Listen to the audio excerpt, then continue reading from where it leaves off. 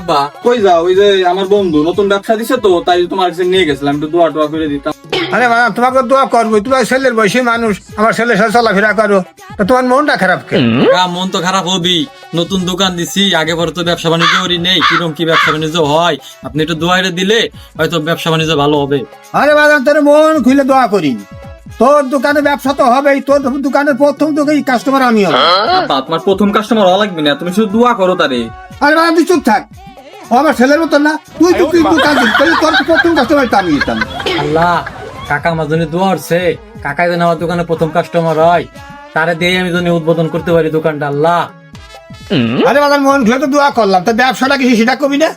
কাকা আমি তো এই যে কাফনে কাপড়ের ব্যবসা করছি। চোখ মাইনি চাল, যা প্রথম কাস্টমার হবে না, যা। কাকা যাইয়েন, আপনি কিন্তু আমার প্রথম কাস্টমার, মনে রাখেন।